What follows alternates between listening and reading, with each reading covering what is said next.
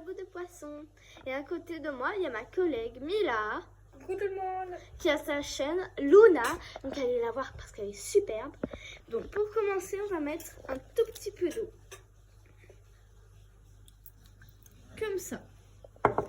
Et on va mettre un peu de colorant rouge. Et je vous reprends après. Ah, donc si vous voulez ce pinceau et plein de choses qu'il y a là, c'est tout à action. Donc on va commencer à mélanger jusqu'à ce que ça devienne rose. Et si c'est trop rose, rajoutez un peu de colorant.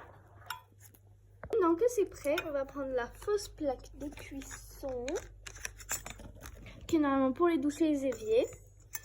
Et on va mettre notre mélange par-dessus et laisser bouillir quelques minutes. Je vous retrouve après. Maintenant ça a bouilli, on va venir enduire le plat avec. Et je vous rejoins comme je fais ça.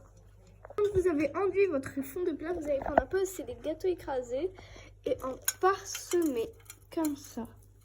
Même juste ça, ça suffit. Et après, on va reprendre notre truc et réenduire comme ça. Je vous retrouve quand j'ai fini. Là, il doit vous rester un petit peu de rouge. Ah oui, aussi, je vous ai pas dit, c'est normal que vous attendiez de voir. Hein. C'est ma collègue à côté Oui. qui est en train de faire une vidéo. Donc maintenant, on va mettre un petit peu d'argenté, si vous en avez, pour faire un peu les écailles du poisson. Là, je suis en train de mélanger. S'il reste quelques petits bouts, c'est normal. Donc on essaye que le mélange soit homogène. Donc maintenant que c'est un peu prêt comme ça, on va mettre sur la plaque. C'est bouillir 1 à 2 minutes. On va défendre comme ça. On va en mettre la moitié dans ce moule. On va estomper ces 3/4 dedans. Et ça, maintenant, on va y rajouter de la colle et un peu de bleu. J'ai fait ça, bon, le bleu, il est là. On va tout mélanger. C'est ce que ça devrait donner. Une texture crémeuse et onctueuse. Et on va tout vider cette fois dans le plat. Quelques feuilles comme ceci. Dans le plat. Je vous rejoins quand j'ai fini. Maintenant, on va émietter cette plante. Maintenant, on va mettre un peu d'eau. Maintenant, on laisse bouillir en remuant de temps en temps pendant 5 minutes.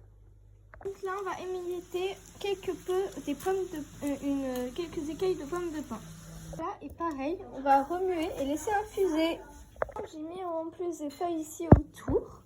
Et on va mettre notre petit mélange. Voilà, on a des cookies écrasés et on va un peu en mettre.